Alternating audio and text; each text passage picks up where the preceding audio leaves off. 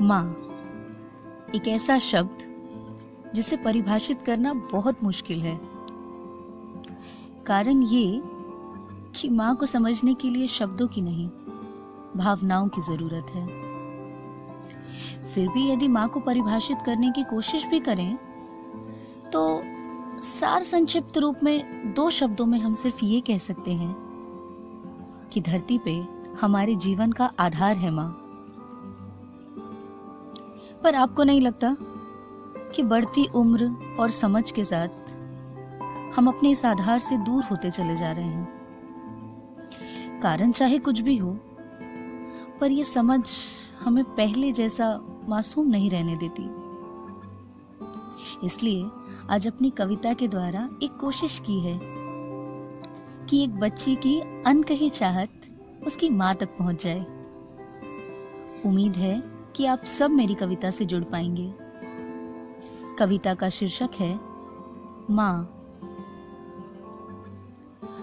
आज घर के किसी कोने में वो सुकून नहीं जो उसके आंचल में छिपकर रोने में थी। चूमकर मिटा देती थी जो सिकन माथे की, वो जादूगरी तो सिर्फ उसके छुअन में थी। मेरी गलतियों की सजा भी खुद ही लेती थी। हर बार मुझे डांटकर मुझसे ज्यादा मेरी माँ रोती थी। वो नासमझी का दौर ही कितना अच्छा था, जब उसके सीने लगने में हिचक नहीं होती थी। मेरी उलझनों का हल हो या नींद की दवा, उसकी सिर्फ एक थपकी काफी होती थी। वैसे आज भी न जाने बिन कहे वो कैसे सब समझ लेती है। मेरी जुबान ना कहे पर वो तो मेरी आंखें पढ़ लेती है।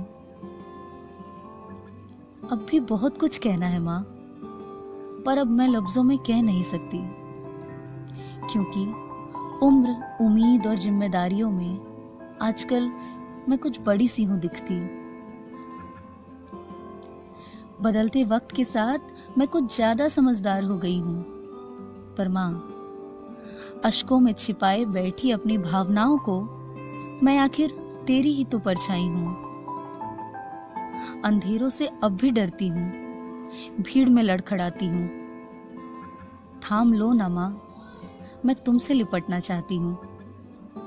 सिर्फ एक चाहत है कि आज तुम्हारी गोद में कुछ इस कदर सिमट जाऊं कि माँ, मैं फिर से तुम्हारी वही मासूम बच्ची बन जाऊं। कि माँ, फिर से मैं तुम्हारी वही मासूम बच्ची बन जाऊं।